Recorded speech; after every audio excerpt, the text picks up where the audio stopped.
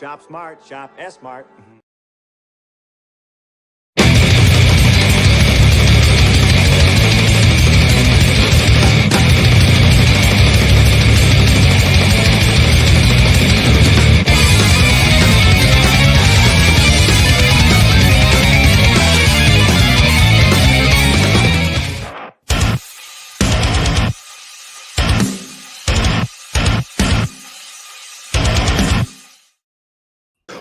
What's up, ladies and gentlemen, and welcome to another episode of New Book This. I'm your host, Death Metal Hero, and with me is longtime friend Woodrow, who's also the GM of the D&D game that I play, and first-time friend, Mr. Bruce. How do you say your last name, Bruce?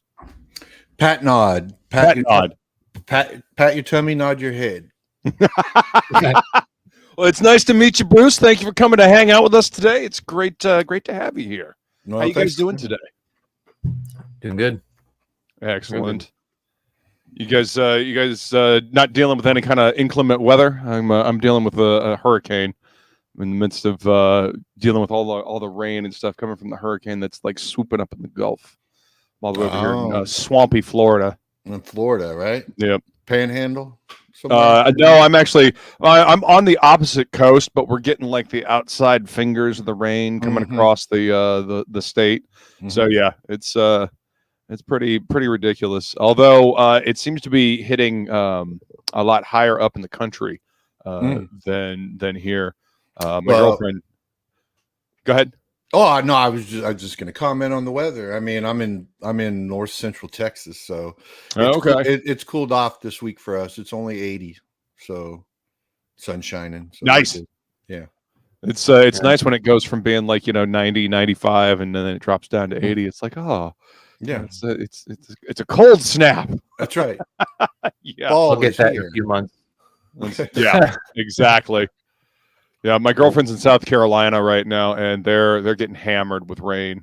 She just sent me a thing about a flood watch up in her area, North Georgia and South Carolina and all that. So I hope everybody that's being affected by the storm is safe. And yeah, she would be here, but she is currently bucketing out the basement to keep water from getting to everything. That's no fun. Yeah, no, that's definitely not fun. So, thankfully, the power seems to be holding out down here. So hopefully that continues. Fingers crossed. But otherwise doing good. It's been a busy day. Taking care of the house and the cats and the grandma. Thankfully, the grandma is napping. So I get a chance to stream and hang out and talk. So, you guys read anything good recently? Anything you're excited about? This bad boy. I went and picked this up. It got delayed, so it's not. The next one's not coming out till November. I think it's I think they said it's a 4-issue miniseries, but it's Aliens vs. Avengers. Oh, Aliens vs. Avengers. Okay, cool. Yeah, your camera is not doing you any favors today. It is blurry as all get out. Yeah. Well, might just be StreamYards again. Cool. Probably. StreamYards has a tendency to do that. What you got? Ooh. Conan. Nice, dude. This is the Titan. This is the trade paperback of the single issues they've been doing. And I love, is it Roberto Del Toro? Yeah. I don't know if you ever seen his stuff, like I said, I'm a lot older than you guys. And one of my favorite all-time comic book artists is John Buscema. Big John. Yeah. And Del Toro reminds me so much of Buscema that I just had to pick these Conans up. They're just so awesome. So that's fantastic, man. Because that Big John did all the Savage Sword of Conan. I mean, obviously this. Yep. I have that. I mean, this is actually one of the things that introduced me to John Buscema. And then I realized that, he helped construct a large portion of the Marvel universe and drew some of my favorite characters, for many, many, many years. So well, I don't know if you ever watched anything about him, but that guy makes everybody puts everybody to shame as far as the amount of work he could get done. Oh, I think he was working on 5 books a month. So he was that doesn't surprise. pumping out like 10 pages a day, some crazy stuff like that. And all high quality too. Oh yeah, that's the thing. Like his figure work is just unparalleled. Like the movement, the emotion, the feeling. You know, I love his figure work. I love the way he does hands. You know, like just the subtlety that the way he does hands. I don't know. I absolutely love it, man. Well, he was one of the first influential artists for me. Obviously, I am a big Frazetta fan. I know you can't tell, but right behind me over my shoulder here is the Death Dealer. Original, Heck yeah. It's a print, obviously, not the original. Right. Couldn't afford that, but and their artwork is what drew me to Robert E. Howard's Conan, and then eventually Cull, and then eventually Solomon Kane, and things of that nature. So yeah, big influence on me when I was younger and wanting to get into comics. So heck yeah, man. I love Frazetta. I've got the fantastic paintings of Frazetta there. I've got a couple of different Frazetta books on the shelf over here. The sensuous Frazetta, all of his the women that he draws. The women, yep. Frazetta girls, man. Just did you ever watch the I think it's a documentary, it's called Painting with Fire? Oh yeah. I think several times. I think it's in there that he talks about, because people ask him, well, why are all of your subjects like half naked or whatever? And he basically said, I don't like to draw clothes. That's why I don't like to draw clothes. I can't say that I blame him. Drawing clothes and making sure they look right is kind of a pain in the ass sometimes. Yeah, I fully agree, man. For sure. That's why superheroes have painted on costumes. That's right. Easier to draw than folds and all that stuff. That's right. Notice how some of the comics now, like they've got to add like all the stitching on Captain America's boots. They went from like Buccaneer boots to like, okay, these are actually military boots, and there's like 42 eyelets and like laces and stuff like that. It's a little ridiculous. Well, I think that's probably why it takes so long to do books anymore, because they can pump them out back then like that. And now, and not that there's anything wrong with some of the art that they do now. I do tend to like the hyper real stuff, but sometimes they can go overboard. And if it takes you 2 years to finish a book, that's, I don't know if it's worth it then, but it's not really sustainable. Right. Yeah. Exactly. It's there's got to be a balance, there's a DVD documentary that I got like way back in the day in college. It was Countdown Down to Wednesday, and it's like an inside guide to the comics industry and how to break in is what the tagline was. But there was an interview. They had one section for writers and they had one section for artists, and they had Mark Silvestri in the artist section, and he's like, sometimes you got to kill your darlings. You got to be willing to just you got to get it done. And you got to meet that deadline. You got to finish something up. So you just kind of got to get it done. That way, you get it out there. One of the beautiful things about being in an indie sector is that we don't have those deadlines per se. But if you have people waiting on the book and they've got to wait for years and years and years and years, they get a little antsy, I guess. Well, I don't know if you know any of my history, and I don't want this to be talking about me, but I'll just throw you a little something. Yeah. In the mid 80s is when I decided to self-publish. That's how old I am. And nice. I published 2 titles, Night Masters and No Ninja Man. Yeah. And back then it was much tougher to self-publish. You had to get in with the distributors. They had to okay your book. It had to be 3 months in advance. And you had to provide all your own sales material, like flyers that go into their packages that go to retailers and things of that nature. So, and the biggest thing that killed independent comics, or small press is what we called them back then, is being late. If you were late, the retailers just would drop you. They wouldn't order anymore. And because they were counting on it, that's what they spent their money on. They had to pay in advance for the books. And so, being late was terrible.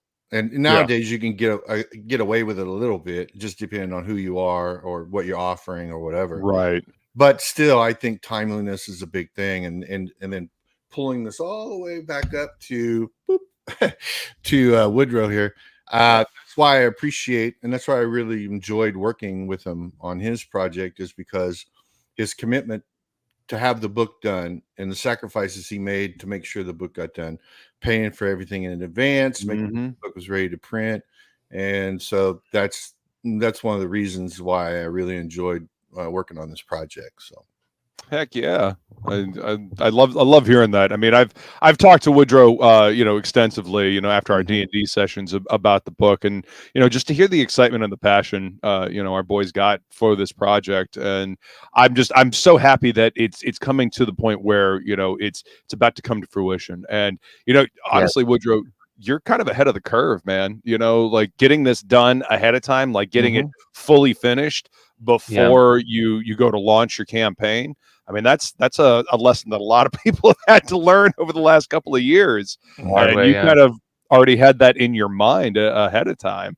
Yeah, I lucked out. So when I first started the idea of like, okay, I'm going to turn my writing into comics, because I've been writing for a while, but I was doing novellas, and then I went from that to I want to make movies. Thought that was going to be something I wanted to do, and then you learn how hard it is to actually get a movie made and all that. And I was like, because I'm a person, I like creative control. I would have a hard time selling a movie script to someone and then watching them butcher it. Oh God, yeah. So I was like, I want to do something that's all me first. So I was in college the second time in 2015, and I was just playing with this movie script I wrote and showing it to people. And I was like, I'm just gonna make it a comic. And then I started following comic artists. So that's when I found Ethan before Comicsgate, when he was doing his going to the artist shops and getting supplies and drawing Wonder Woman. I was watching him and Jim Lee on Twitch, and Ethan on YouTube, and then everything popped off with the Star Wars, and it all had that momentum. And I was like, oh, maybe I can find artists here, because I had tried, and a lot of writers and creators have this where they meet someone, but then they get ghosted, or they get taken from the relationship doesn't work out or something. Many things can happen, and it just doesn't work out. But here, everyone had that motivation, and I did already have the idea, like I want to just get it done. And then when I saw everyone else, that, not to name any books, but there's books that got all this hype and then all this money, but then the money just disappeared. And just seeing that was already a worry of mine. So I was like, it just, reinforced my idea that, I'm going to do it my way, the way I want to do it. And it has taken me a long time, which is me, because I've been paying like, incrementally, little bit by little, but I also hamstrung myself making, there's 106 pages of story in the book. So I'm like, I want to do a big volume, because that'll be easier to put out big stories, but I just didn't understand the landscape yet, So there's a big learning curve for me. But now that we're here and I've got much of it done, I've got someone, one of the covers, Oliver Izavedra, he's done my logo. He did a cover for me, colored by Yaki, and then he's also doing all the pre-press stuff. So as soon as I get pages lettered, like a lot of the pre-press will be done, and he'll just plug in those pages. And so hopefully I'm hoping it'll be ready to go by tax season next year, so I can start really, really amping up the marketing and stuff. So, but that's why I put out Tokyo Blues too, so people can kind of read something, digest it, have to kind of decide get a taste of the story in the world. Yeah, I've read Tokyo Blues, and it's really good. I really enjoyed it. Thank you. The link, your link tree is in the description of this video. What's up, Bancroft? Good to see you, sir. Woodrow. Thanks for coming to hang out, man. I had him on the show the other day for What's in the Box, when I got my Lucent Painted Death. It's a good book. I still got to leave a review on the website. See, he's got his too. Yeah. Good stuff. There you go. Hell yeah. Well, shit, man. I guess I'll go ahead and play the trailer for the book. We kind of already started talking about the book. One thing I wanted to talk about beforehand was Farscape. We were talking a little bit about this backstage. Farscape is one of my favorite TV shows ever, and I just want to let you guys know that it is streaming like 24 hours a day on YouTube for free, so you can just sit and binge it all day long. Yeah. So I don't know if you've gotten a chance to watch it all the way through, Woodrow, but there you go, man. Yeah, I definitely, and I take it that you haven't watched it before, right, Woodrow? Have you I will indeed, Croft. I'll leave that review in the next couple of days. Have you watched it already? Have you watched it already, Woodrow? So it was a year ago, I think. Luke was talking about it in our after our D&D games, and I was like, "Oh, I'll check it out," because I kind of had that same opinion, kind of like you when you first saw it, about how it's kind of like a little weird Muppets in Space kind of thing. But then, I just watched a couple episodes. I liked the setup, and the characters got me really invested in that. I like all the characters on that ship. Yeah. Well, make sure you watch. If you watched the whole series, make sure you watch that. I think it was a two-parter. Am I right there? The Peacekeeper Wars at the end. The Peacekeeper Wars, yeah. Yep. Two-parter. That's supposed to wrap up the series because they were canceled, but they had such a demand that they kind of wrap up the story that they put together this two-parter Peacekeeper Wars, and it's good. It helps tie all the loose ends for the story. So yeah, there was a fan outcry like, no, you can't cancel because it like the fourth season ended on like a cliffhanger. Yeah, and then they're like, oh yeah, we're canceling it, and fans were like, fuck no. So they got together to do like these the two-part series that was like two giant movies. They were like two movies that they put together. Yep. And they had like higher production values. Like they actually look like films. Right, they do. So well done. Yeah. But yeah, it was a good cap to the series. I mean, it could have gone on for longer. It's out in space. There's so many stories to tell, and the writers were so creative, and the aliens and the creatures that they made just so damn good. I know. I think about that. I'm sorry, I didn't mean to interrupt you, but no, go for it, dude. I think about that, and I think maybe things happen for a reason, because I look at other series that just drug on, and then they just got progressively worse. I don't know if you're ever a fan or ever watched Fringe. Oh yeah, I loved Fringe. But the last season was kind of last season was a little rough. Yeah. So it, like I said, maybe it happened for a reason. I don't know. I would have enjoyed watching more of it for sure, but only if they could have kept up the same value. You know what I mean? So yeah. I mean, they did some comics as well. They did some comics, and they did I think at least 3 novels as well that I read. Oh, I didn't know about the novels. Yeah, they were really good. And they take place at different times, different periods in time in the chronology of the series. Right. What's up, old dirty fatty? He says, "Play it."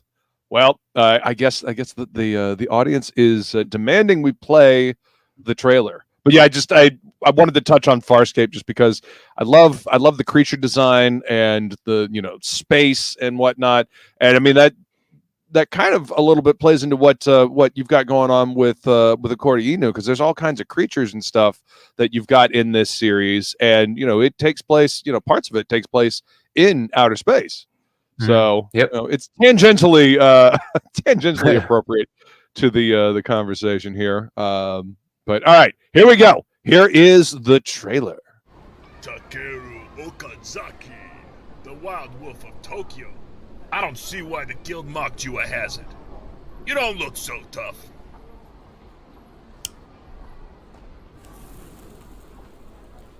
I don't have time for bounty hunters.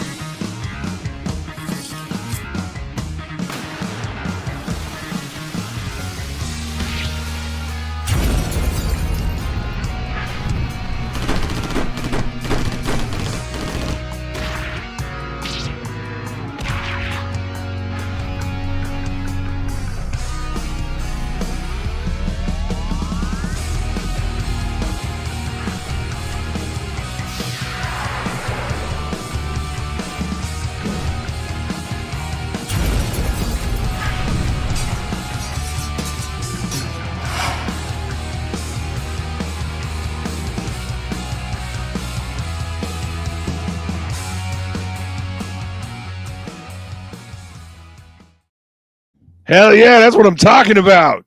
Badass trailer by our boy Pedro. Yep. Beautiful. He killed it. He really did. Pedro does good work. Does really good work. And then you had Vonster doing the voice for Talk, and then Arrogant Ape for the Bounty Hunter. That's good stuff, man. You know, using the vast amounts of talent available in this indie scene over here. I fucking love it. You know, there's an amazing array of talent over here. So let me go ahead and bring this up. We got some artwork here, and this is the guy that's doing all your production stuff, right? He's the one that did the drawing here. Yeah, that's Oliver Isabedra's little corner box art. If we can get it to print clearly, which I think I got it to a size where it'll print clearly on the cover, but it's supposed to be the corner box art. And he also is doing all the pre-press and the logo design and everything, so it's gonna be nice and clean. He's really good. So if you guys go hit up the link tree that is in the description of this video, you can download the 32-page preview book, Tokyo Blues. Highly recommend it.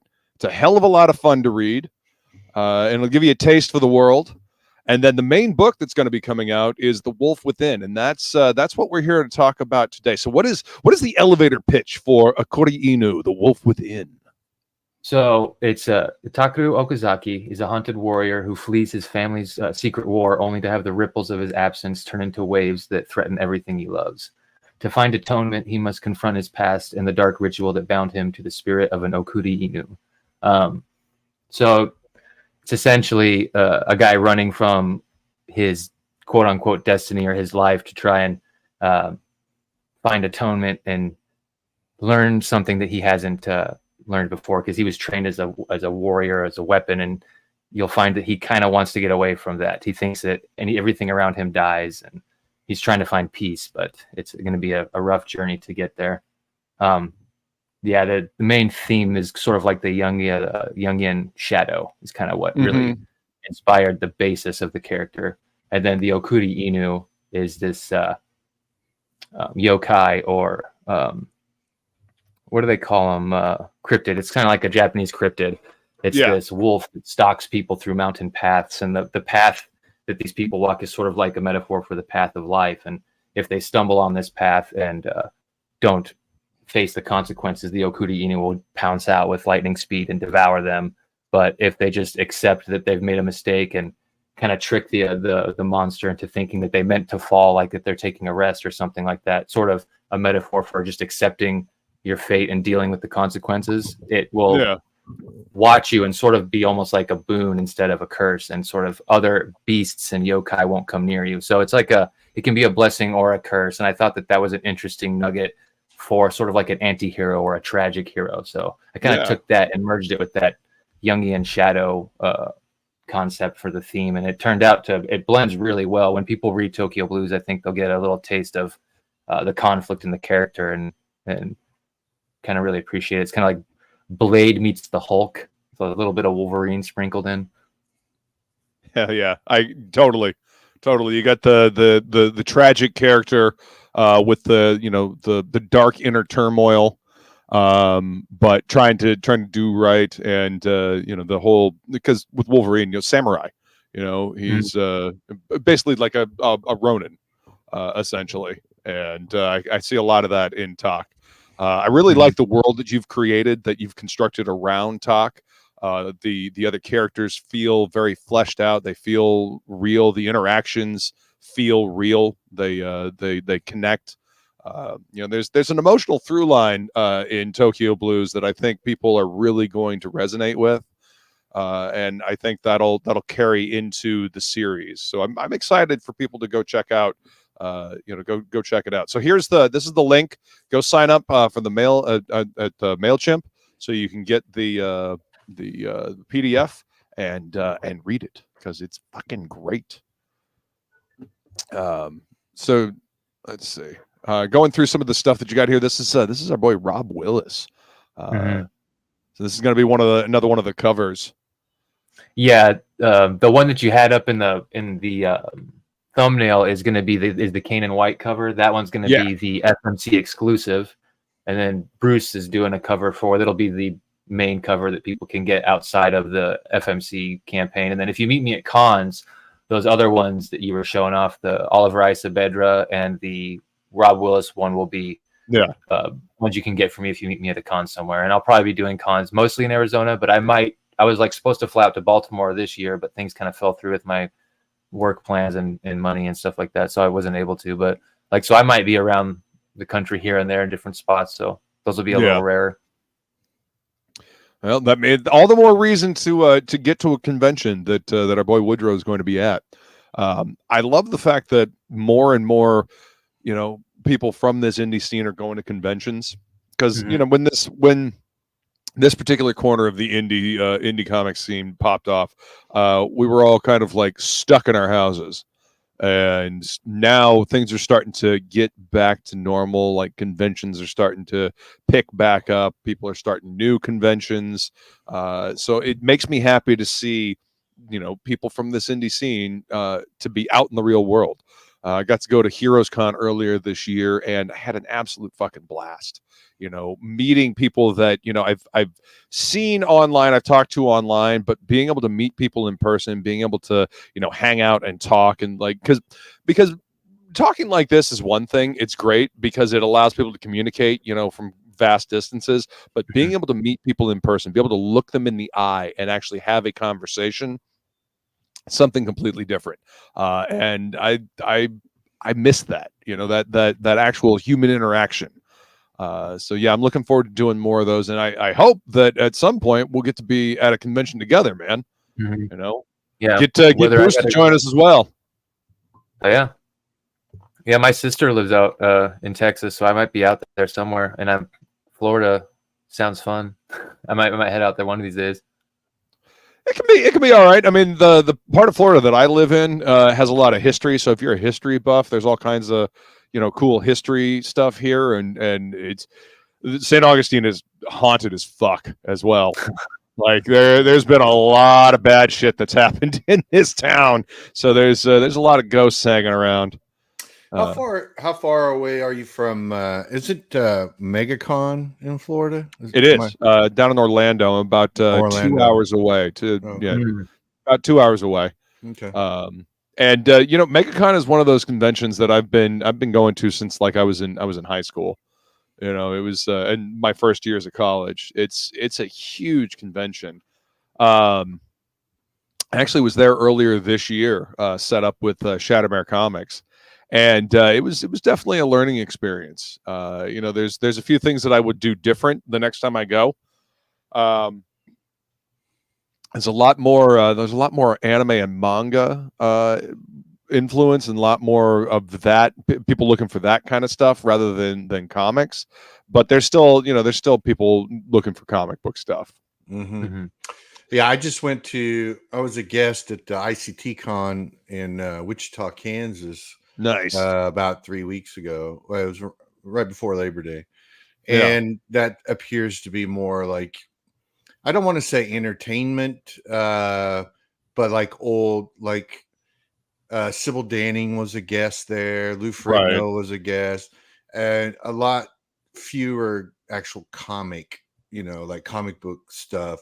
Right. I know here in Texas, I think it's called Bell County Comic Con down further south in Texas. That's more comic book convention style. Up here we have Dallas. We have the Dallas Fan Expo, and that's a little bit more entertainment. They do have comics and stuff, but they do a lot of like entertainment type stuff, movies and stuff like that. So, right. I mean, and that's kind of seems to be the trend with some conventions. A lot of them seem to be more pop culture centric. I mean, that's what happened to San Diego Comic-Con. It went from being, comic centric to being, this giant, all about like what's coming out from Hollywood and stuff like that. So, right. Old Dirty Fatty says it looks pretty amazing. Yeah, go hit up the MailChimp. As a matter of fact, let's go ahead and switch over to this. This is the MailChimp page. As you can see, we got that badass Rob Willis cover there, and the write-up. So go ahead and sign up. And if you want to go watch the trailer again, go watch the trailer here. There's the link to the trailer, or you can watch it right there on the page. And there's some badass artwork that you can see here. And this is you, right, Bruce? Yeah, that's correct. Yeah, that's the splash page, and then the Yeah. introduction. Yeah. Hell yeah. So as you can see, this is there's creatures, there's sci-fi, cyberpunk. I mean, this is I mean, would you describe it as kind of like Shadowrun-ish, Woodrow, like in that kind of Yeah. vein a little bit? Yeah, so the world of Shadowrun, just in terms of the fact that they have all kinds of weird stuff in a cyberpunk world, was Yeah. a big inspiration. Yeah, so I basically was like, I like genre blending in a way, so I was just kind of like, okay, I want to put, you know, a bunch of alien species, but I'm still going to tell like a Earth sort of based kind of samurai story, but there is, Yeah. you know, frontier space and all this other stuff and alien races, so it's unique. So I'm hoping, you know, it's not too weird for people, but it is definitely its own thing, I think. Well, I mean, that's how you know, new stuff gets made. You know, they say all the stories have been told. You know, and to be fair, there's really only 5 stories. You know, man versus man, man versus himself, man versus the world, man versus machine, and man versus beast, and all stories are some permutation of that. So you know, making something new, it involves taking things and mashing them up together, and then, you know, spinning it in a new way, you know, giving it a new spin, you know, putting a fresh coat of paint on old stories. That way you can see it through a new lens. So that's how new things get made. It's how new stories are told. We're creating new mythologies with these. So I think people will dig it. I mean, I'm a huge fan of cyberpunk anyway. I fucking love cyberpunk. And you know, you've got the different versions, like William Gibson obviously was the progenitor basically with Neuromancer. And then, you know, you've got other authors that came in. Richard K. Morgan, that's the dude I'm thinking of, that did it was a Netflix series. Now, why am I drawing a blank on the Altered Carbon? That was a unique end on the whole cyberpunk thing, because they had the cortical stack, and that's where, you know, people's basically their soul was kind of recorded so that people could be transferred to bodies, you know, and that was something that Gibson played with in some of his stuff, but it was a little bit different. And of course, obviously, Philip K. Dick, you know, with Blade Runner, or Do Androids Dream of Electric Sheep. So I mean, you have the hard sci-fi version, and then, you know, the kind of more fantasy type version, and I love it all. You know, it's fun to see the different mashups. You know, use the tools at hand. You know, you make something new. I mean, we're here to entertain the audience, right? So making a story that entertains you will entertain the audience as well. You know, and then at least that's what I think. This one is a little different. Going to be a little different too, because it's not strictly just a cyberpunk either. So people get the aliens, but there's also, this is heavily dealing with like spirituality. Like, what is the spirit? What does it mean for, you know, the person? Are they two different things? Are they the same thing? So this kind of plays with that as well, which something cyberpunk does play with, but it's usually because of the machinery, right? With this, it's just going kind of straight to the soul. The machinery is almost just like dressing, kind of, but for the world and the aesthetic. But it's been really fun to write and create. Hell yeah! And so you said you're planning on launching this sometime around tax season next year. So yeah, that's the goal for me right now. April. Okay. Awesome.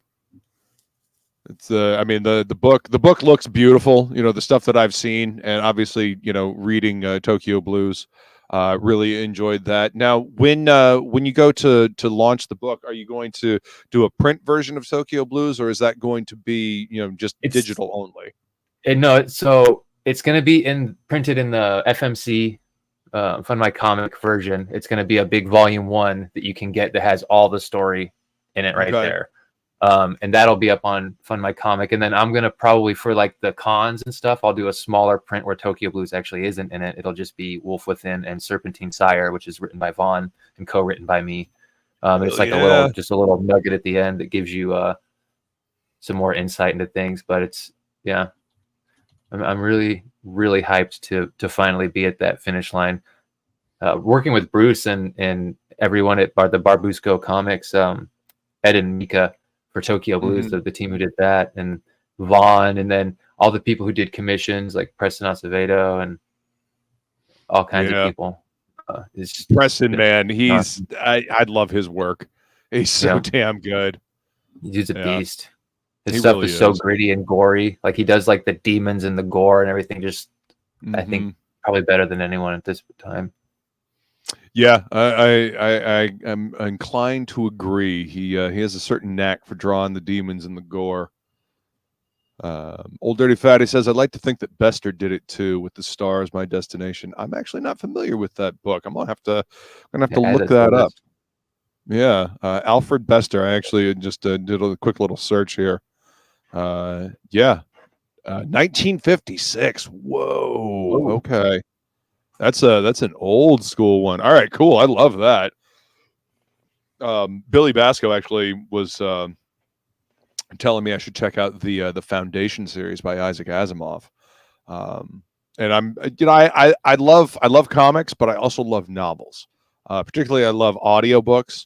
So I'll be working on something, like I'll be drawing, or usually when I'm inking, because if I'm laying out a page, it has a tendency to take a lot more of my focus, and I can't really, listen to an audiobook. It's better to have like music playing in the background. But when I'm inking a page, I'll put an audiobook on and I'll just zone out and get, because the hard work's already done.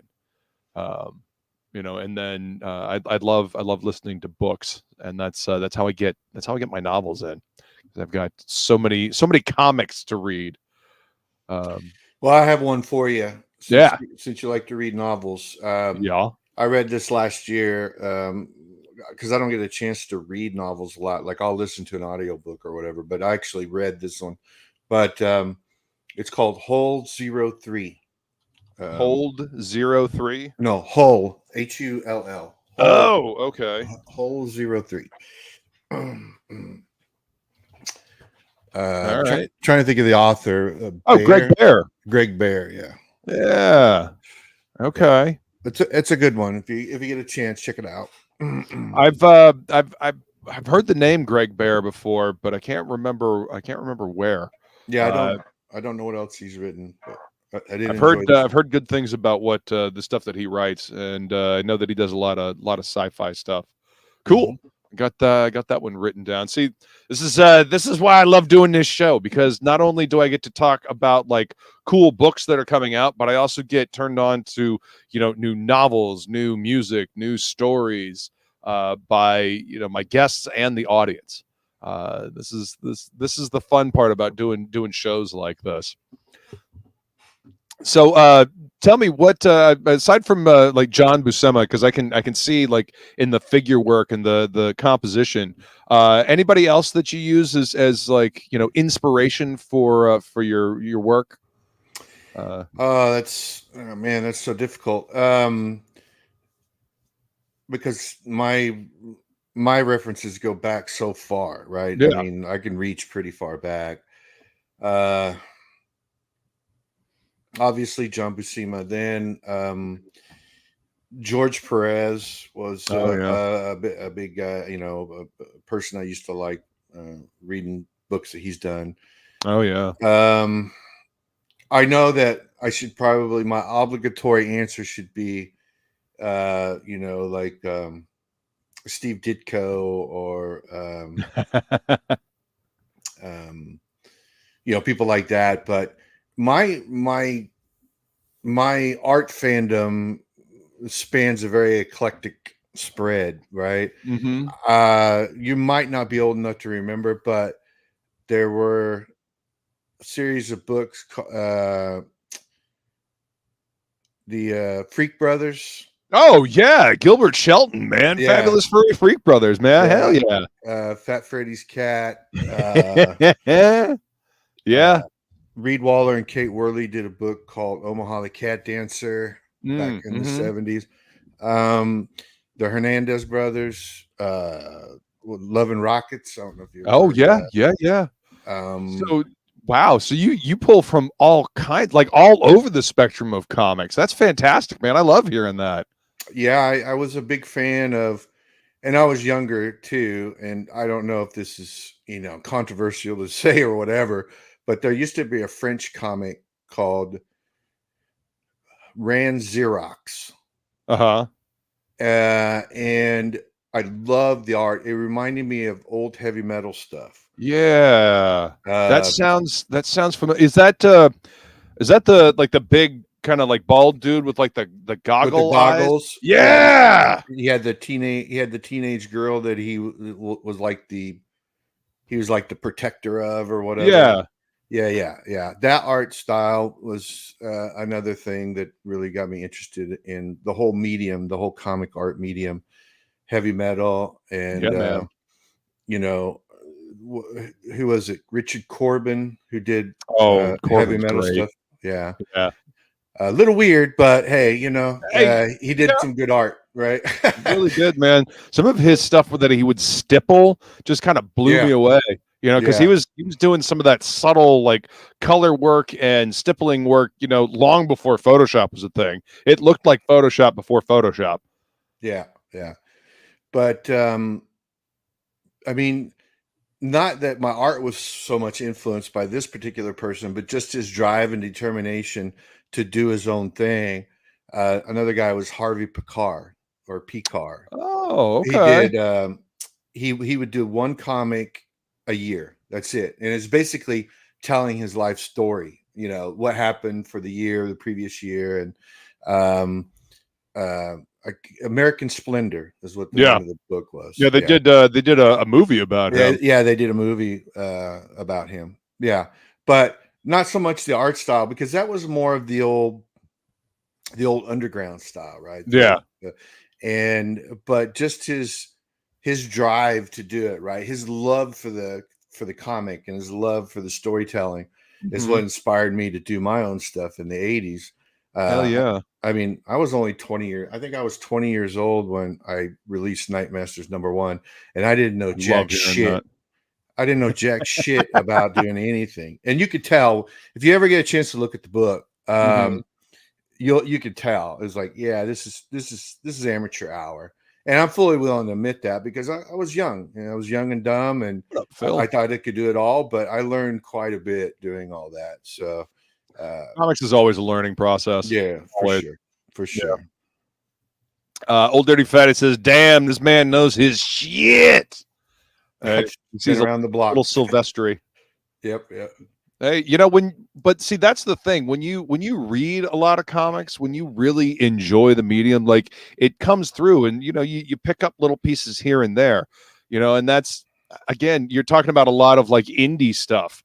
I fully believe, and this, I feel like this plays out if you go back and look at the history of of indie comics and comics in general. The indie sphere, the indie sector always pushes the medium forward. Because you'll have the mainstream stuff that will have a tendency to get stagnant, right? It'll get boring, and then people will look for something new. They'll go to the indie sector, and I mean, we had like the underground comics you were talking about, Gilbert Shelton and the Fabulous Free Freak Brothers, R. Crumb, those kind of guys doing the underground comics back in the late 60s and into the 70s, and then we had that boom of like black and white independent 80s comics. That was part of me. They actually called it the glut back then, because it started comics on their downward spiral. And I say that not because of the creators coming out with things, right, but part of it was because of that. I'm sorry, I'm going to go off on a tangent. I'd probably talk too much. You tell me to shut the hell up, but we're having a conversation. Go for it. We're diving into the things I actually have firsthand knowledge of. Yeah. So my buddy owned a comic book shop at the time, Air Capital Comics in Wichita, Kansas. And I decided to put this book out. And every month he would get inundated with stuff from distributors about, another new #1. Teenage Mutant Ninja Turtles came out at the same time that Nightmasters came out. And of course that book went whoop. And like IP Juggernaut came out. Yeah, but I don't know if a lot of people today realize, if they're old enough, that Teenage Mutant Ninja Turtles at the beginning was a very dark comic. Oh yeah, it was adult. It was yeah. totally an adult comic. I mean, they fucking murked Shredder at the end of the first issue. Yeah. And but then you had copycat comics like the radioactive adolescent black belt hamsters. Okay. Yep. You know, just books like that would come out, just trying to, you know, snag on to that piece of whatever they were getting. And sure, there were so many of these black and white books coming out that the retailers they called it the black and white glut, or the small press collapse, because there were so many they couldn't keep up with them, and it eventually collapsed in on itself. You know, that you couldn't sell books after that. And I mean, when I released No Ninja Man #1, this was in 1988. I had pre-order sales of 9,000 books. Okay, that's nice. That was through 5 or 6 distributors, which they had at the time. Glenwood Distributors, Capital City, Diamond. Those were all American distributors, and then they had a Canadian distributor called Multi-Book and Periodical. And so I printed up 10,000 copies of No Ninja Man #1. Got them in I lived with my first wife at the time in a mobile home. I had all these boxes of books in my living room, my mobile home, and I'm having to go through the orders I got from distributors and separate them and then package them up and getting ready to sell them or send them out. Right. I sent them all out, and then like the time that I should have got my check passed. And so I contacted these people, and of course there's no email back then. We're talking about late 80s. So I'm typing out a letter. Hey, you know, where's payment on this or whatever?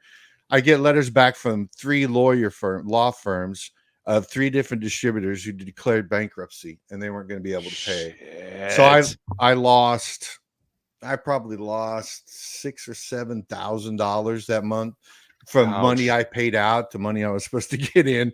Right. And so that pretty much killed my comic book publishing career as a 23-year-old.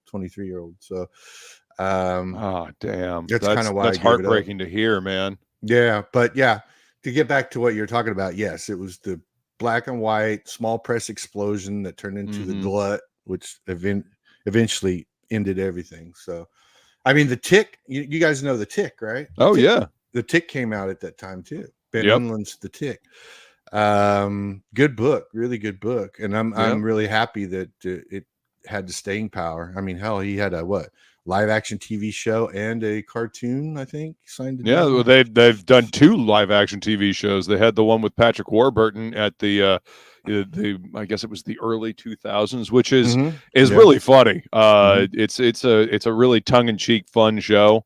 And then they did one. I guess it was on Amazon most recently, and that was very serious. Oh, was it? I didn't. Oh my god, it was kind of dark.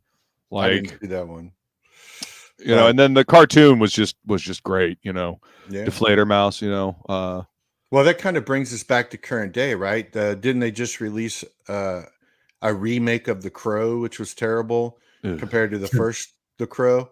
And I'm sure you know, but I don't know how much of your audience knows or people out there know. The Crow was a comic book. There's James O'Barr did The Crow. Excellent book. If you ever get a chance to pick it up and read it, it's very good. I actually have where is it? There it is. You got a copy of it? I actually have an OG kitchen sink press version of the graphic, the collected edition. That is awesome, man. This came into the comic shop I was working at, and it is one of my prize books. Absolutely love this book. So beautiful, and you know it's heartbreaking because you know it's based on, you know, it's real life because of his pain. You know, he bled his pain out onto the page. That's why it was good.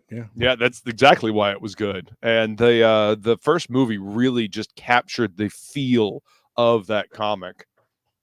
No, for sure. But they changed things, but I feel like it really captured the essence of the book. The first one With Yeah, one the with first, the first one with Brandon Lee. Yeah, no, I really enjoyed that because you're right. It did didn't it wasn't verbatim or whatever, but you're absolutely right. It captured what the book was supposed to be about. So Yeah. Old Dirty Fatty says you couldn't print less than 5,000 books No. back in the day. no, Yeah. he's right. He's right. Could not. I had to find a printer. I think I'm not a printer, okay, so I don't know any of the business terminology, but I think it was a web press or what is it, a 3-color printer or something like that prints on newsprint.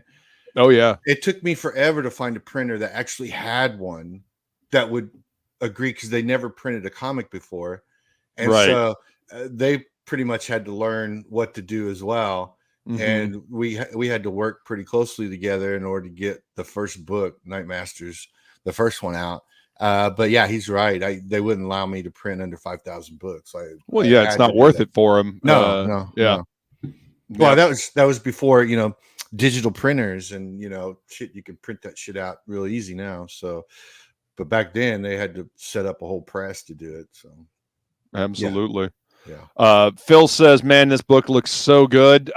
Phil, it is. You should go check it. Go hit up the link that I pinned at the top of the chat there, and get yourself a copy of the free 32-page PDF that introduces the world of OKURI-INU. You get introduced to Tak and his world, and what he's going through, and to get you prepared for the book coming out later next year. And yeah, you should absolutely have Woodrow and Bruce on to talk about this book. People are gonna fucking dig this book. I'm serious. With the love for cyberpunk that is currently kicking around. I mean, the game came out, I guess, a couple of years ago, but people are still talking about it. They're still doing mods for the game and whatnot. Netflix did that series you guys were telling me about on Dice Dames and Dudes. What was it, Net Runner or something like that? Edge Runners, I think. Edge Runner, yeah. Okay. Edge Runner, yeah. So I think that there's still a market for cyberpunk stuff. So this book is going to surprise you. It's gonna entertain and surprise, and you're not gonna be sad that you invested time and money into this. Well, I think our current day, like real life, is head towards cyberpunk. Oh my God, we're living in a me. cyberpunk dystopia. Like, you best start believing in cyberpunk dystopias because you're in one. Yeah, I mean, basically. I just saw an article. Elon Musk has the Neuralink thing, which will allow people to have eyesight again, but it'll be enhanced or whatever. That's crazy. That's crazy shit. That's cyberpunk right there. That is totally cyberpunk. Yeah. So. And that's one of the themes of cyberpunk is high tech, low life. Yeah. High technology. I mean, we've got some fantastic technology. I mean, look, we're using technology right now to have conversations, from across the country. But the thing about, most cyberpunk is like the quality of life for people is, well, it's shit. It's terrible.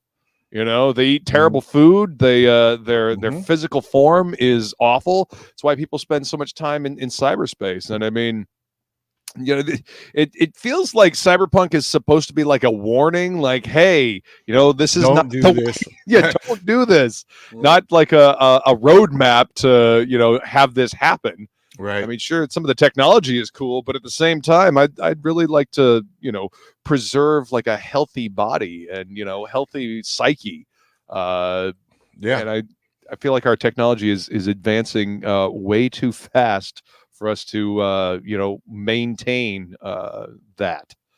Well, I posted this, I don't know, about a year ago. Well, not quite a year, I don't think, but it was on Facebook to just some of my friends, and I was telling them I'm not a fan of AI, and people are saying, well, why? That's that's the new technology, that's the way of the future. I said, yeah, but think about all the things that people can do with it that you haven't thought about yet. And now you're starting to see it. You see like videos of people that doing things that they didn't do, type of. I think it's only going to get worse. It just it's going to become so real that you're going to have to question everything that you see. I mean, everything. So I mean, we should question things anyway, but it's No, going to for be sure. imperative now. yes, Yeah. It yes, is absolutely going to be imperative. yeah. And near impossible to tell. Yep. Yeah. I mean, mean, and, you know, for every measure, there's a countermeasure. So Mhm. there will be something that there will be technology to, you know, expose, you know, deep fakes and stuff like that. And that will become commonplace as well. And I think, you know, people will be using those, Right, right, you know, right. but yeah, 'Cause- it's terrifying. yeah. Well, I mean, before you could always tell, unless it was really, really well done, you could always tell when there was a Photoshop of something, right? Oh, this has Right. been photoshopped or whatever. And now it's, oh, is this a deep fake? You know, so times do change. I mean, maybe I'm just getting old and I'm that old guy yelling at clouds or whatever, but you know, Old don't man yells at cloud. that's right. Yeah. Yep. Old Dirty Fatty says he wants his nurse sex bot jet backpack. You know, at some point you'll probably be able to get all three, you know, in one unit. Yeah. It'll latch onto your back and, you know, take you where you want to go. And yeah. Yep. Virtual anything is just a counterfeit of reality. Well, that's, you know, that's one of the main themes of cyberpunk. You know, that's why I'm excited for people to get a hold of you know, OKURI-INU, like Wolf Within, because, you know, talking to you, Woodrow, you've told me about some of the themes that you're working with in this book, and you're really going to explore those cyberpunk themes, not just from a technological standpoint, but, you know, from a human standpoint, from a, you know, a spiritual standpoint, which is I think crucial. You know, I feel like in this day and age we neglect that part of ourselves. You know, I mean, what was it Yoda said in you know, Empire Strikes Back? You know, luminous beings are we, not this crude matter. You know, and that gets neglected all too often in our overly digital age. So I'm excited for people to get a chance to see this, to jump into this world, and, you know, maybe think about some of those themes that they may not encounter elsewhere. You know, I mean, you know, Woodrow and I have had many conversations about the world that we live in, and, you know, different things going on and the impacts and whatnot.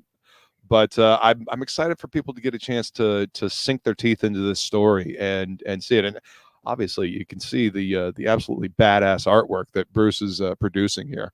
I love this page right here. This, you know, this is great. You know, just the buildings and yeah. This is if you want to hear. Here I go again. I'm rambling, but if you want to hear a decent story about this, when Woodrow had this in the script, and I came up with a couple ideas, and, you know, he wasn't feeling it, and I really wasn't either. Like, I'm like, I don't like what's going on here. And so, believe it or not, I struggled over this page for a while, just trying to find something, anything that I thought would look good, because, you know, of what you're trying. You know, it's an establishing shot, and then we have an inset that's kind of telling you what's going on within the building. And I think he could correct me if I'm wrong, but I think I told him after I finished it, I said, this is going to rely heavily on the colorist, right? Because it's a lot of line work, and I don't want to dirty it up with a bunch of rendering, you know, black rendering, because it's a city and I want to get some of that stuff across or whatever. But, and I think the colorist did a fantastic job with what I was able to give her. So, but yeah, just a funny story. It seems all very innocuous, right? Oh, no big deal. It's just a city. But no, this took me this one actually took me a little bit to figure out. Establishing shots like this are crucial, though. You know, especially telling a story like you guys are telling with, you know, that's set in a cyberpunk city. You know, it's absolutely necessary. You know, you see a lot of, especially like, you know, some of the older like indie books, you know, they would just have nothing in the background, you know, like old black and white books. And, you know, sometimes when they were printing on, you know, older paper, they couldn't put a whole lot in the background because it would just bog down the page. But, you know, in this day and age, especially with this type of story, establishing shots are crucial. They're necessary to make to let the audience, know where you're at, pull them into this world and have them feel like they're actually there. Otherwise, it's kind of a nebulous thing, and people aren't sure where they're at, where the story's taking place. So hats off to you, man. This looks good. All these pages look good. All right, so tell us who this character is, Woodrow. So that's Abigail Clark, but she goes by Cleo or Cleopatra. It's her call sign. Bounty hunters in this world have a call sign. So Tox is a wild wolf. And she's just kind of like, he was raised with no mother to love him, talk, or anything like that. So he was a very hard person. And then at some point he gets shipped off to train and away from his family. And he meets these sort of like runaways being trained by this mentor, like assassin guy who's retired, so he's just training the next generation kind of for Tox's father. So nice. He sends him here, and he meets these other like runaway or kind of like rundown characters, and they all kind of form a bond, and that kind of gets dished out and doled out slowly throughout the stories. But that's like his one and only true friend. She's sort of the one person he can rely on and lean on, because she can handle herself and he knows it. So if he's around her, he doesn't have to worry about her getting hurt, or at least has to worry about her less. Right.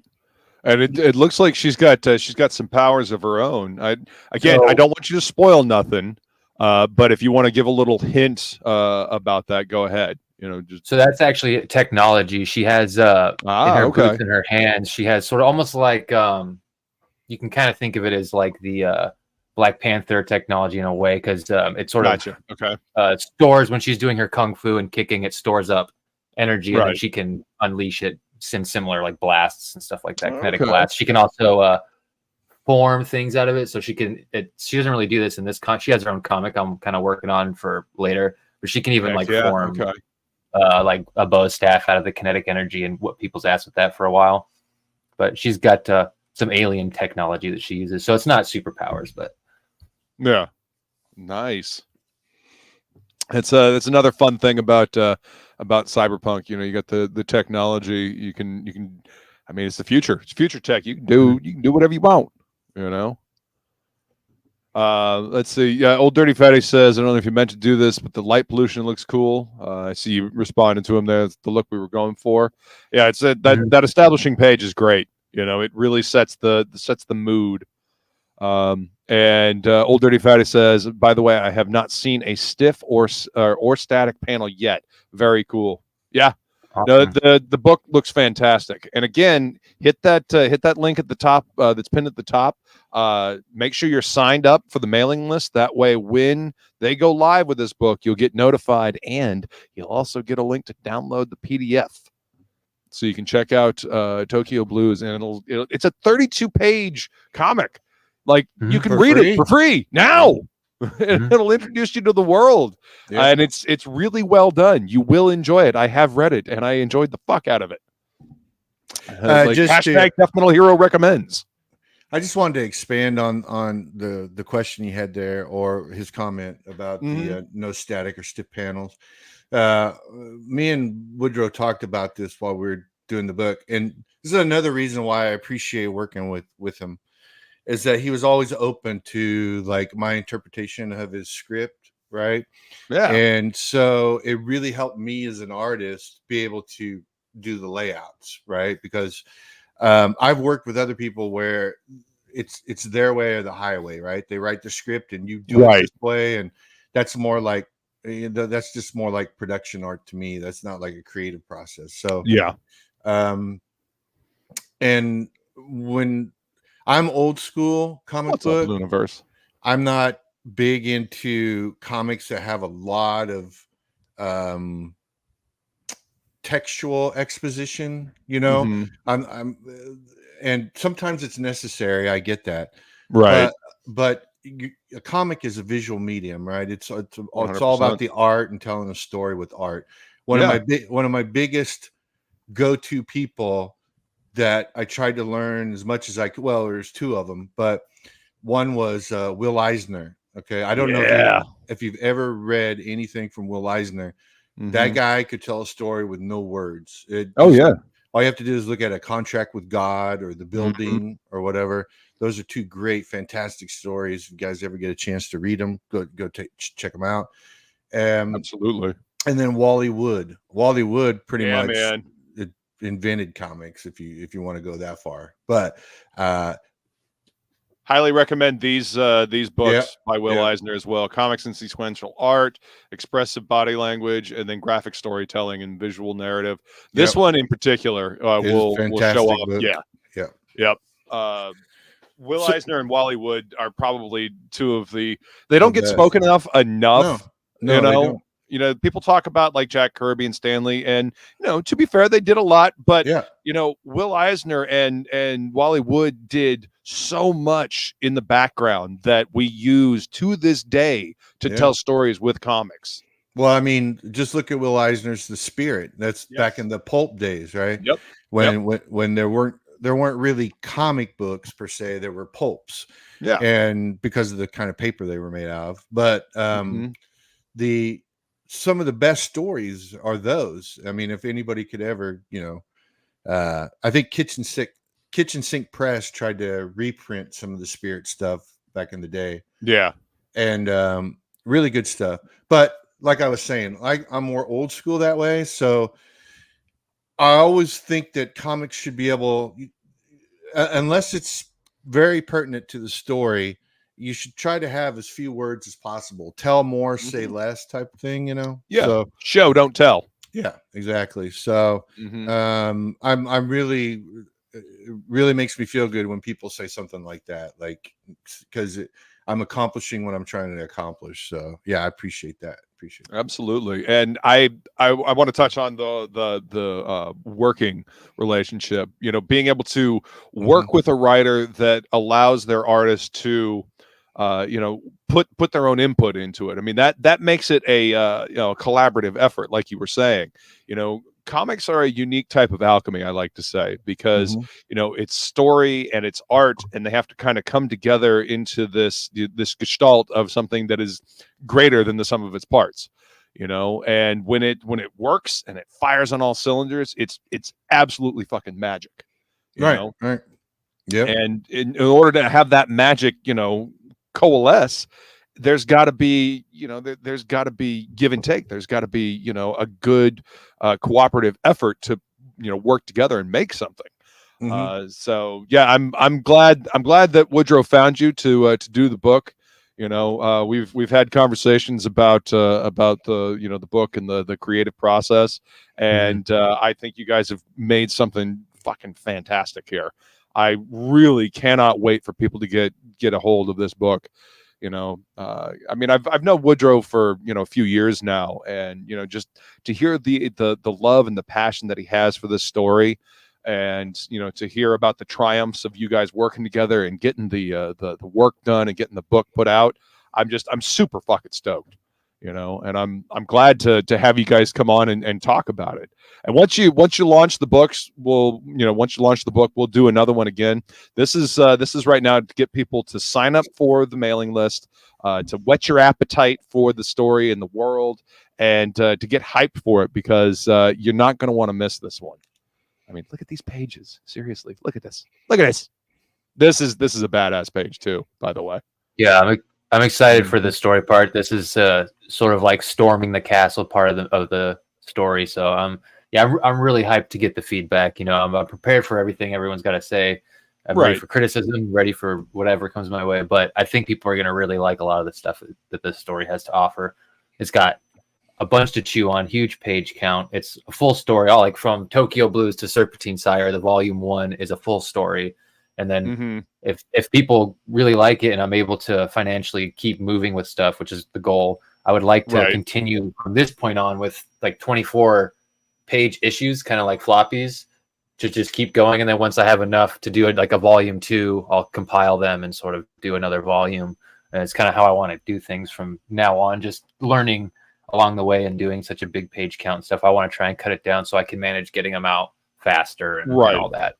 But this nice thick story. So Well, yeah, this will kick it off, and you know when this our scene over here kind of first started, like that's what people were were going for. They were going for those big chonky books, and oh we're not going to do the monthly thing. We're not going to do the floppies, but what I don't think people realize is that it takes a lot of time and a lot of fucking work to make a big chunky boy book. There's a reason why they would do, the smaller books, the floppies, and then collect them together. Right. So it's again, it's all a learning process. It's always a learning process, always, figuring out the best way to do it, what works for you, what works for your creative team, what works for your story. Some stories need to be told in a big chunk, like a big slab of story. There's no good way to carve it up into smaller pieces, and then sometimes you can find a way to, okay, well we can do little episodic things here, because when you're doing 24-page comics, each one kind of has to have a crescendo. There's got to be there's got to be a point at the end that kind of is a little bit of a cliffhanger, that sets the hook for the next one. So it's something to consider, because when you're doing a big, graphic novel type story, you can just tell the whole story flat out. But with the single issues, you do have to kind of have that ebb and flow where it like I said, crescendos at the end. You mentioned that, and you make some really good points. Might add to that. I think that boils down to even pages when you have to do with pacing, right? Pacing of a book. Especially all these things that I think need to be looked at when you're doing sequential art for a comic, right? And that is when you turn the page, right? So you'll have the first page, right? You turn the page, you got these two pages, they either need to be connected in some way where they have like and I say this in very simple terms. So you have to have a beginning of the page, a beginning of what you're telling for these two pages, and an end here for the pacing. Because you can't, like, it's hard to take action from this page and flip the page, and then you have you can have the continuation, but you have to have something at the end there of this page to give you a pause, right? As far as the pacing, right? You know what I mean? Yeah. So I don't think, and I'm not perfect at it either. I'm in my 50s and I still have a lot to learn. But I think a lot of people, I don't think a lot of people that take on the task of, hey, I'm going to do a comic, realize the amount of work that goes into it, right? They think they're just going to draw some pictures and the book's going to be done, right? So yeah. So that is not the way it goes. There's yes, you're drawing a lot of pictures, and you're going to have to draw fucking everything. You don't realize the things you're going to have to draw until you're in the thick of drawing a page, and you're like, oh fuck, I've got to draw this from this angle. Well, shit. Go ahead.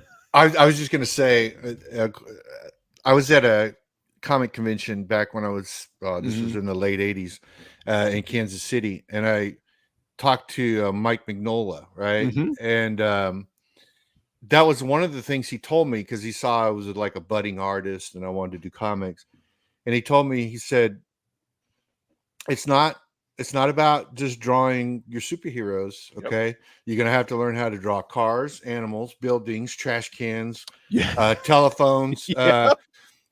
So if you want to just draw superheroes, just do pinups. Don't do sequential art, So it's one of the best pieces of advice I ever got. And from a legend, from a truly talented legend in our industry. For sure.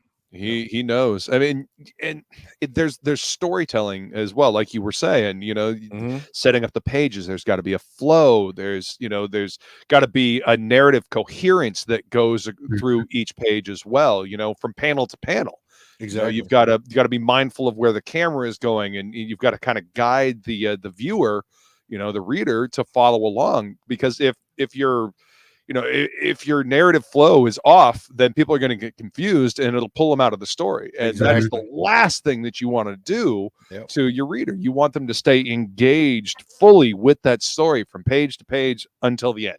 Yeah. And that's one of the reasons I'm glad that I got Bruce, because that was probably, I have to say, my biggest offense in the script writing at first, when I first came into it, is the way I was writing panels and stuff. I was like flip-flopping things a lot. So like tightening all that is something that like I'm thankful for a lot of things, but that's one of them. Because I learned a lot working with Bruce on this, and a lot of his insights helped. So now I can pump out scripts pretty fast now, and I just work a little bit on the dialogue, and it's it's nice. It's improved a lot. Well, that's why you hire somebody that knows what they're doing.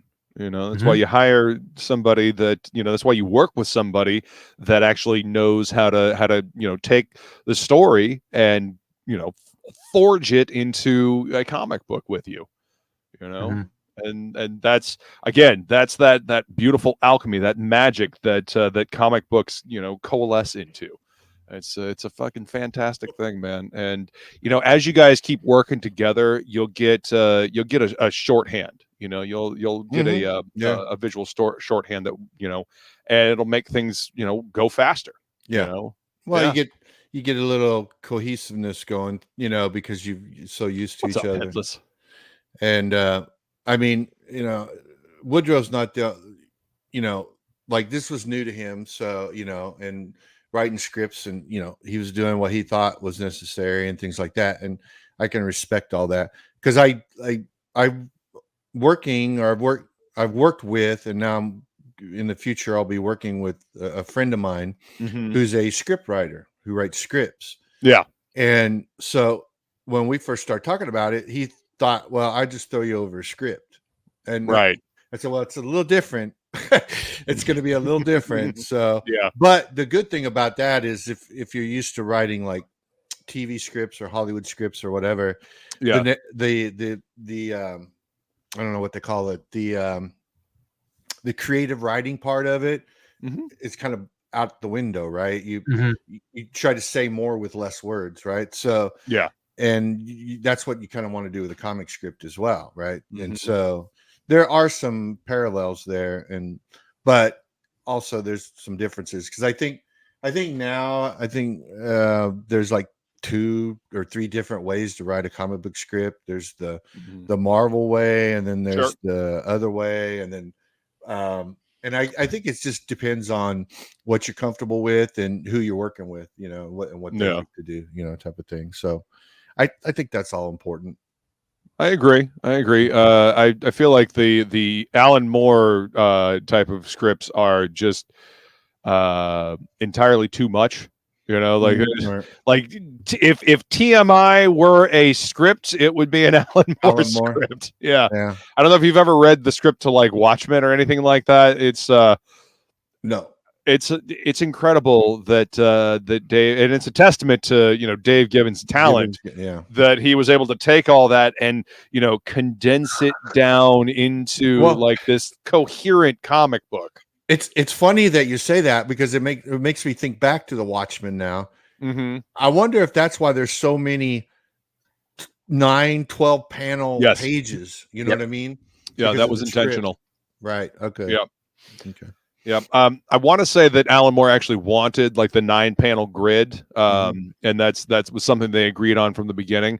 But the scripts are just, they're so dense. You can go find the scripts online. It is just ridiculous, the amount of detail that Moore put into the scripts. And that Dave Gibbons was able to wade through and like pick out the pertinent points and make these coherent panels. I mean, hats off to Gibbons, man. He's a consummate professional, and I absolutely love his line work. I think he's great. So it's pretty incredible that he was able to make that the way he was. For sure. Yeah.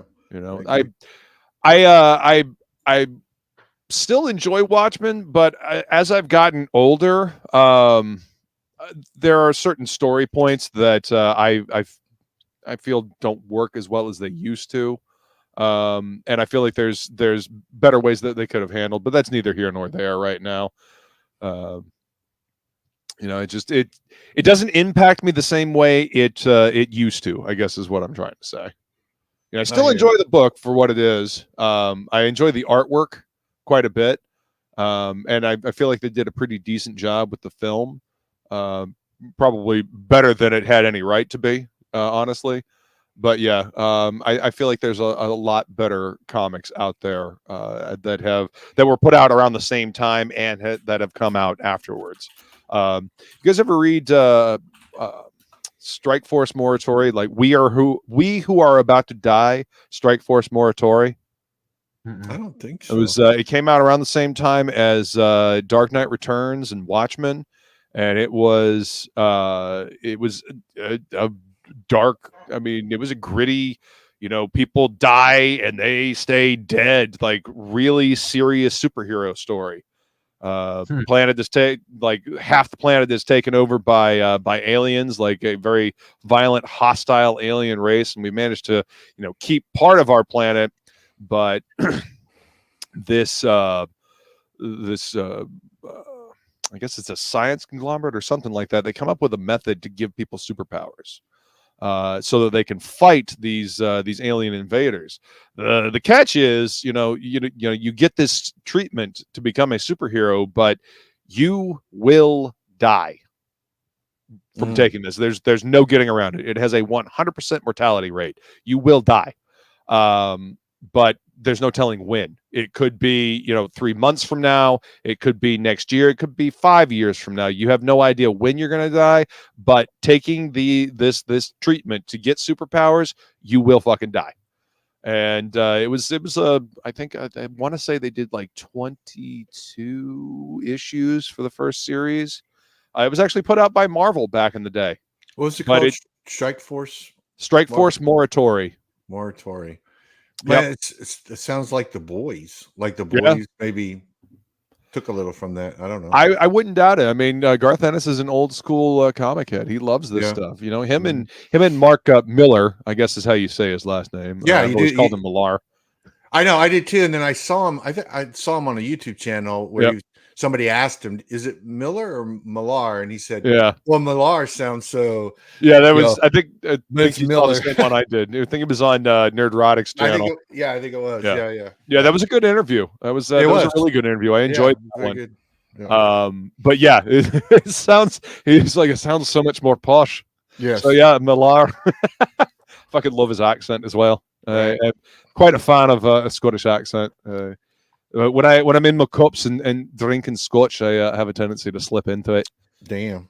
Yeah, I'm envious now. I can't do an accent for shit. It took me a while to refine it. And lots of scotch. Right. Yeah. Headless Bourgeoisie says Moore's pitch to DC for Twilight of the Superheroes was like 30 pages long. Yeah, that is accurate. I mean, he had a lot to say back then. Well, I mean, I guess he still has a lot to say. He did a book called Jerusalem. It was an actual novel, and I got the audiobook on Audible. I shit you not, the audiobook was 60 hours long. Goodness. Yeah. It is literally like this Gordian knot of a novel with like 4 huge narratives all twined together, spanning like hundreds of years. It's a pretty cool book. I mean, I read it. It deals with like, life and death and family and stuff like that. And it hit me just at the right time. I had just lost my dad to cancer. And so I was reading that, and like a lot of the emotional through line of that book really kind of resonated with me. So I very much enjoyed the book, but it is a gargantuan novel. If you see it in Barnes and Noble, I mean, that motherfucker is thick. It is a thick book. Yeah, basically. I mean, it's probably thicker than most dictionaries, honestly.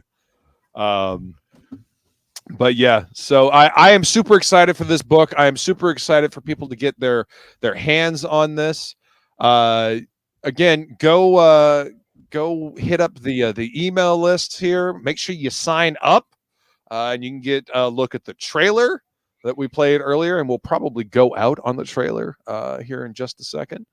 But yeah, go sign up. Make sure you do that way. You are notified when they go live with this book, and treat yourself to the free 32-page Tokyo Blues, and enjoy the fuck out of that because it's good. You can read it right now for free. How many? That's the best deal you're gonna find all day. That's Seriously, free, yeah. Free. Absolutely free, and it gives you a nice taste of this universe that's coming next year.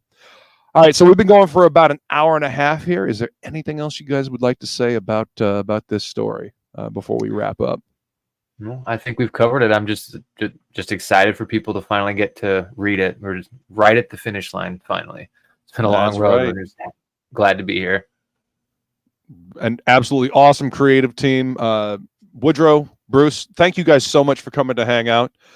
Chat, you guys are fucking amazing. I appreciate you being here. Thank you for your comments and hanging out with us. And we're going to go ahead and play this trailer again. Stay tuned and watch it. Later, everybody. Takeru Okazakii, the Wild Wolf of Tokyo. I don't see why the guild mocked you a hazard. You don't look so tough.